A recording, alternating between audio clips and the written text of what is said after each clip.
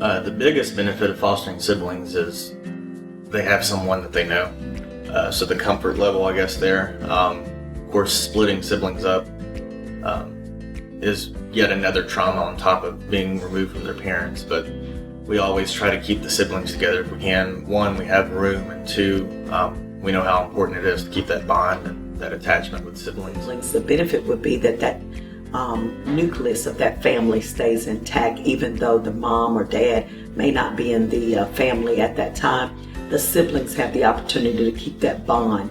Anytime a bond has been broken, it can cause some division because they are raised in different ways. So I think that's the opportunity to keep the nucleus of the siblings together. One, they're together. So they have a familiar face from their old home or whatever, or their past home, that they can rely on each other. That's definitely a relationship that they come into with. I would also say the fact that they have each other to talk to or spend time with.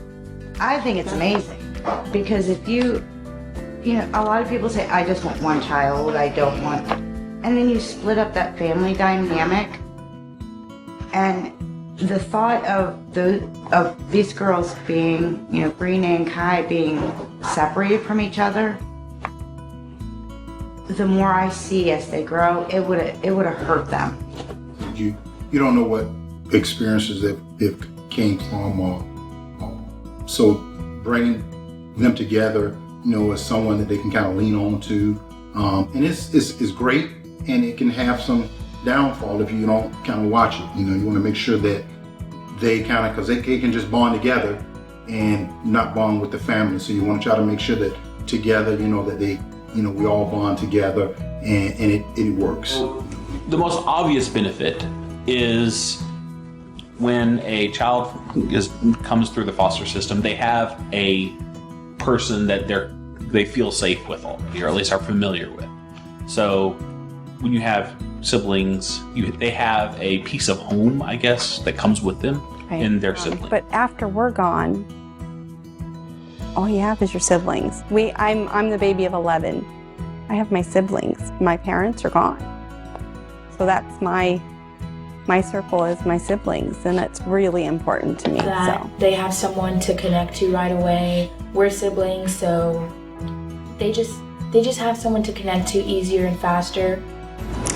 Some of the benefits on fostering and adopting siblings is that they have someone from their family of origin right from the beginning. It can help them very much to feel connected and to adjust to having to leave their family, their birth family, and come into a new home. They have that connection with someone that shares their history. One less loss. They've already lost so much in their lives. That's one less loss for them.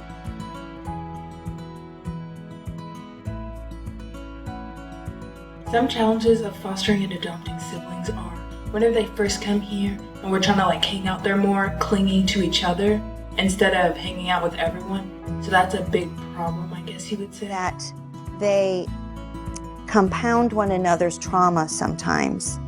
When they come in hurting and distressed, they will often cling to one another. Although that is sweet, it's hard for them to then branch out and start to live in the family that they're in right now, because they stay together and kind of experience that hurt together, and I feel like maybe even a little longer. But at least they have one another, and that's important. Yes, but we found also for children in sibling groups when they come into the home, a lot of times the home they're coming from had some maladaptive and unhealthy interpersonal relational kind of things. And so when they come into your home, often those things come along with it. And so there's those same unhealthy patterns that they were experiencing at home now are in your home. And that's a lot harder to deal with when they're together than when they're separate. Having so many children has been a challenge. Just finding a babysitter. Something as simple as, taking the family out. Well, a lot of places are geared to families of 4. Sometimes siblings come into the home and they don't get along, and they argue and bicker with each other and bully each other the pretty much the time. So getting them to get along is sometimes a challenge. Well, just like they bring in somebody who gives them a sense of, I don't know, they already has a family member there, they're also bringing some of the baggage with that family, right? So you have somebody who's always kind of a reminder of the way things were, for better or for worse. Yes. The challenge of fostering siblings would be that they're vying for the attention or trying to outdo the other child, or trying to perhaps whatever was going on in the home that brought them into the foster care system, or they're bringing that in as well, and then maybe utilizing some of those tools that they were taught in whatever the things that they learned, whether it's lying, stealing, or deceit. They're bringing those things in here because they think that this is the norm and how you operate. The sibling rivalry, it's huge. Just the vying for attention. We had 3 siblings at one point, and the 2 older ones were just constantly in a battle for attention. So it's important to each have their own time alone, I guess, but then it's a constant battle with siblings.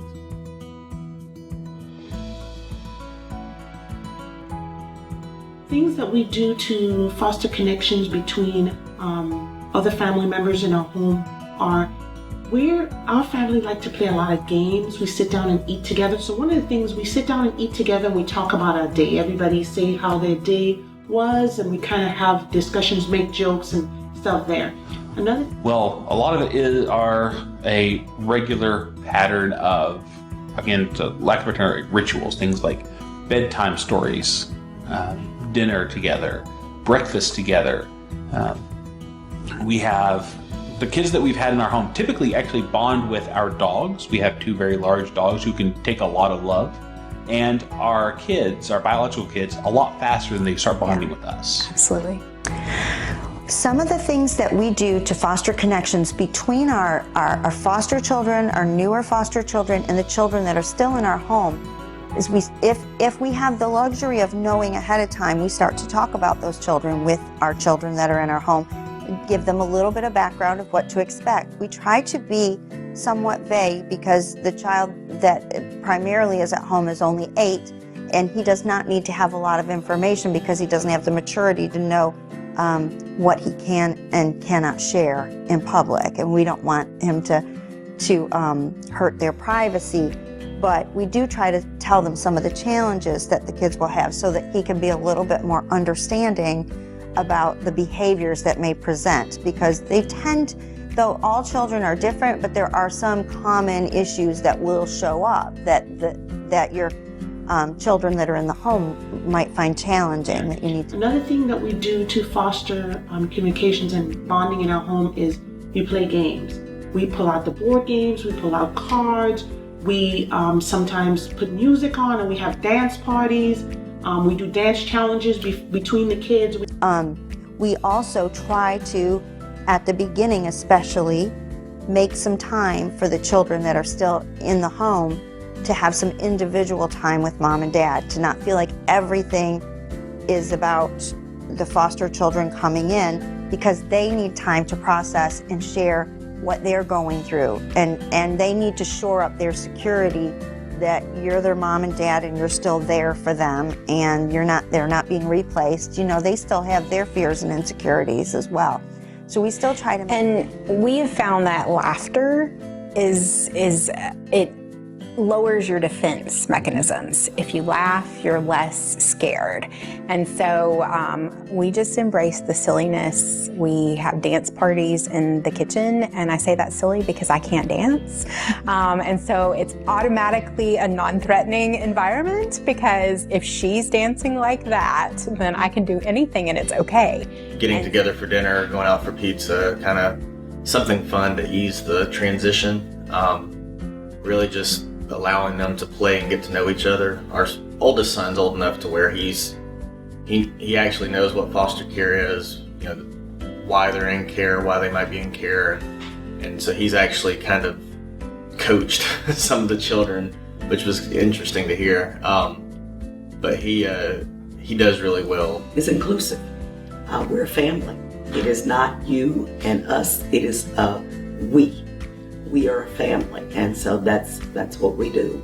We're just a family. It's no division. There's no anything other than we're a family.